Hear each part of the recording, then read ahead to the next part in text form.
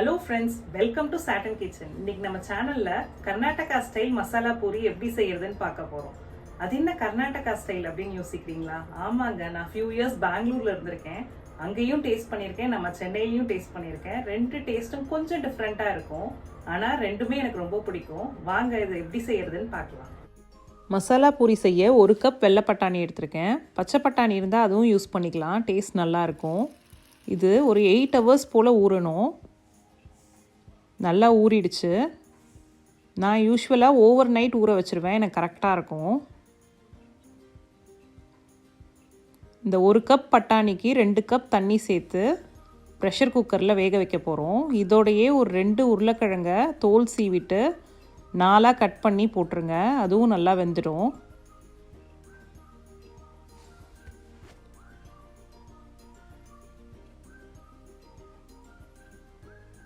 இந்த மாதிரி ஒன்றா போட்டு ப்ரெஷர் குக்கரில் மீடியம் ஃப்ளேமில் 4 விசில்ஸ் வைங்க, கரெக்டாக இருக்கும். 4 விசில் வந்துடுச்சு, ஸ்டவ் ஆஃப் பண்ணியாச்சு. இப்போ நமக்கு தேவையான மசாலா ரெடி பண்ணிக்கலாம். ஒரு பேனில் 2 டேபிள் ஸ்பூன் எண்ணெய் சேர்த்துக்கோங்க. எண்ணெய் சூடானதும் 1 டீஸ்பூன் சீரகம் நல்லா பொரிஞ்சதும் ஒரு மீடியம் சைஸ் வெங்காயம் பொடியாக கட் பண்ணி வச்சுருக்கேன், அதை சேர்த்து லைட்டாக வதக்கிக்கோங்க.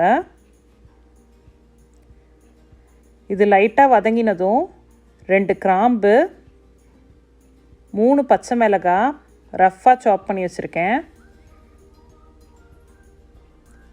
1.5 இன்ச் இஞ்சி தோல் சீவி கட் பண்ணிடுறது, 6 பல் பூண்டு, இது எல்லாத்தையும் சேர்த்து பச்சை வாசனை போகிற வரைக்கும் லைட்டாக வதக்கிக்கோங்க.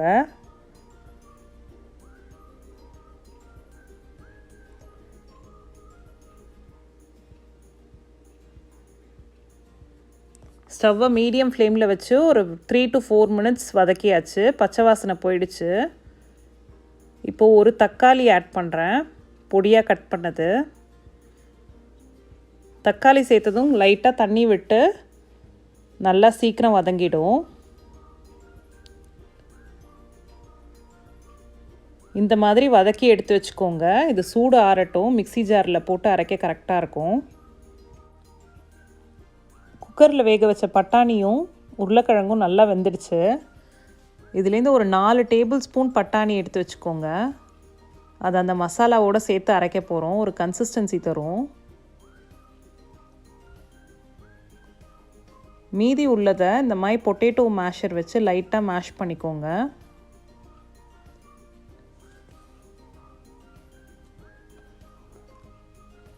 இந்த மசாலா நல்லா ஆறிடுச்சு. இதை ஒரு மிக்ஸி ஜாரில் சேர்த்துக்கோங்க. இதோட அந்த எடுத்து வச்சுருக்கிற பட்டாணி, 1/2 கப் தண்ணி, ஒரு கைப்பிடி கொத்தமல்லி சேர்த்து ஸ்மூத் பேஸ்ட்டாக அரைச்சிக்க போகிறோம். அரைச்சி வந்துடுச்சு. இந்த மாதிரி ஒரு ஸ்மூத் பேஸ்ட்டு இந்த கன்சிஸ்டன்சியில் இருக்குது. இப்போ நமக்கு தேவையான மசாலா செஞ்சிடலாம். அதுக்கு அடுப்பில் ஒரு பேன் வச்சுக்கோங்க. பேன் சூடானதும் 2 டேபிள் ஸ்பூன் எண்ணெய் சூடாயிடுச்சு.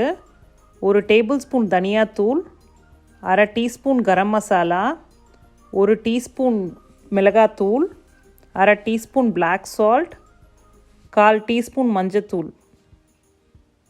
இந்த 5த்தையும் சேர்த்து லைட்டாக 1 நிமிஷம் போல் மிக்ஸ் பண்ணிக்கோங்க.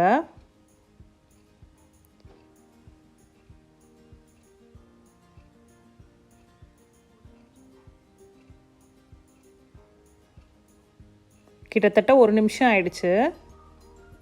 பொடியோட பச்சை வாசனை எல்லாம் போயிடுச்சு. இப்போ அரைச்சி வச்சுருக்கிற பேஸ்ட்டை ஆட் பண்ணிடலாம்.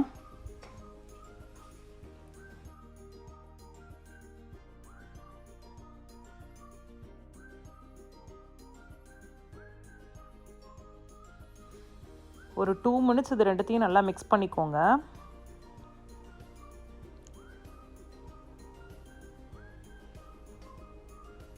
பொடியும் மசாலாவும் நல்லா மிக்ஸ் ஆகிடுச்சு.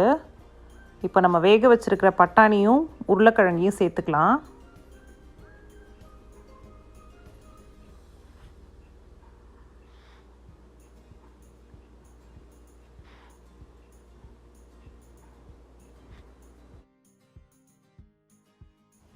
இந்த மாதிரி நல்லா மிக்ஸ் பண்ணிவிட்டு கொஞ்ச நேரம் கொதிக்க விடுங்க. இந்த மசாலா நல்லா தண்ணியாக தான் இருக்கும், அதனால் ஒரு 2 கிளாஸ் தண்ணி ஆட் பண்ணலாம். மிக்ஸி ஜாரில் 1 கிளாஸ் தண்ணி சேர்த்து அதை இதோட ஆட் பண்ணிட்டேன்.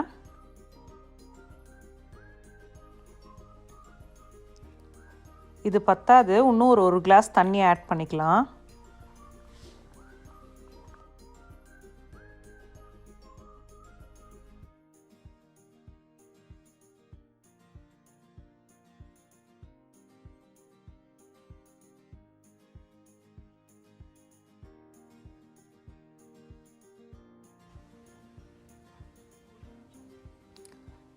நல்லா மிக்ஸ் ஆகட்டும். இப்போ தேவைக்கு ஏற்ற மாதிரி உப்பு ஆட் பண்ணிக்கலாம். நம்ம பட்டாணி வேக வைக்கும்போது கூட உப்பு ஆட் பண்ணல.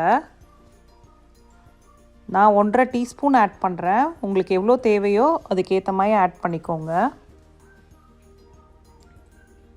இது எல்லாம் சேர்ந்து ஒரு ஃபியூ மினிட்ஸ் கொதிக்கட்டும்.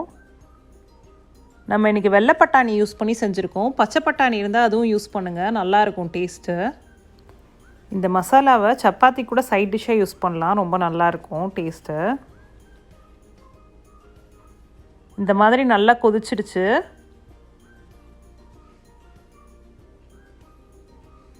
கன்சிஸ்டன்சி பார்த்திங்கன்னா இந்த மாதிரி இருக்குது, கரெக்டான கன்சிஸ்டன்சி இது. இந்த மாதிரி தான் தண்ணியாக இருக்கும் இந்த மசாலா.